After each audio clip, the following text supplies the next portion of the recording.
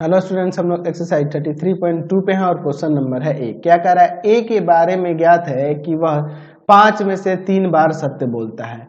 वह एक पासे को फेंकता है और बतलाता है कि उस पर आने वाली संख्या 1 है। इसकी प्रायिकता ज्ञात कीजिए कि पासे पर आने वाली संख्या वास्तव में 1 है। अब थोड़ा क्वेश्चन को समझ लीजिए। ए के बारे में यह ज्ञात है कि वह 5 बातों में से 3 बातें सत्य बोलता है, यानी कि 2 बातें गलत बोलता है। जब वो एक पासे को फेंकेगा तो वो बताता है कि उस पर 1 आया है, तो हो सकता है ये सत्य भी बोल सकता है और असत्य भी बोल सकता है। तो यहाँ पे वास्तव में 1 आया है, इसकी हमें प्रायिकता निकालनी है। तो हम लोग यहाँ पर मान लेते हैं कि माना E1 तथा E2 दो घटनाएं क्रमशः E1 कैसी घटना मान लेते हैं? पासे पर एक प्रकट होना मान लेते हैं, और तथा E2 को मान लेते हैं पासे पर एक प्रकट नहीं होना, ऐसा हम लोग मान लेते हैं। ठीक है, को प्रदर्शित करते हैं। ठीक है, अब इसके बाद देखिए हम लोग यहाँ पर X एक घटना ले लेते हैं। कैसी घटना लेते हैं कि वो व्यक्ति बतलाता है कि A का प्रकट हुआ है। A बतलाता है कि पासे पर एक संख्या 1 या 1 प्रकट हुआ, ऐसे लिख देते हैं, 1 प्रकट हुआ, ऐसा ए बतलाता है। तो ये X ऐसी घटना है। अच्छा, अगर हम लोग E1 की प्रायिकता की बात करते हैं, E1 कैसी घटना है? पासे पर एक प्रकट होना, तो पासे पर एक प्रकट होने की प्रायिकता 1/6 हो जाएगी। और E2 क्या है? पासे पर एक प्रकट नहीं होना, यानी कि 5/6। 1 में से 1/6 को घटा देंगे तो 5/6 आ जाएगा।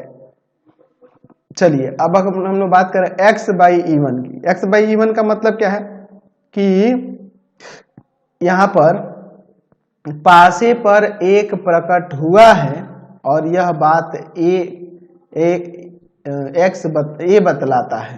तो ए बतलाता है एक प्रकट हुआ है और ए बतलाता भी है कि एक प्रकट हुआ है। इसका मतलब यह हुआ कि एकदम ये सत्य बोल रहा है। तो इसकी प्रायिकता यहाँ पर 3/5 हो जाएगी।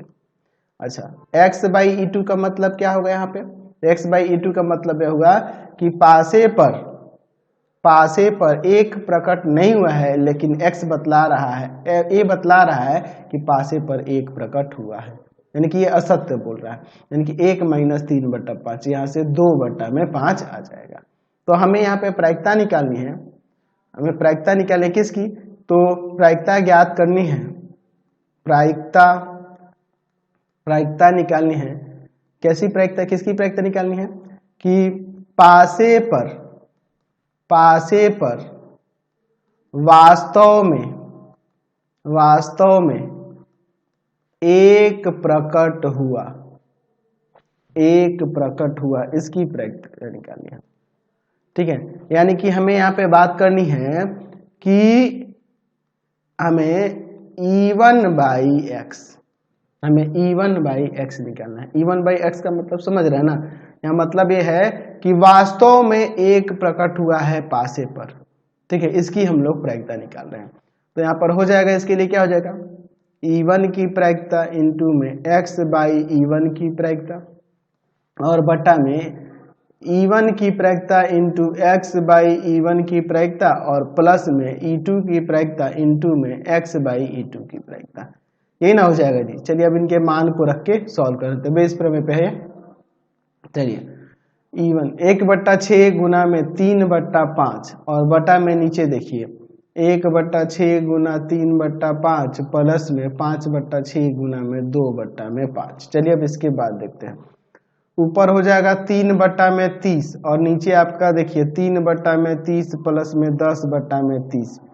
चलिए नीचे भी एलसीएम लेंगे। 3/30 और बटा में नीचे हो जाएगा आपका 13 और बटा में 30। तो 30 से 30 यहाँ काट देंगे, यहाँ 3/13 इसकी प्रायिकता आ गई। चलते हैं नेक्स्ट क्वेश्चन पे।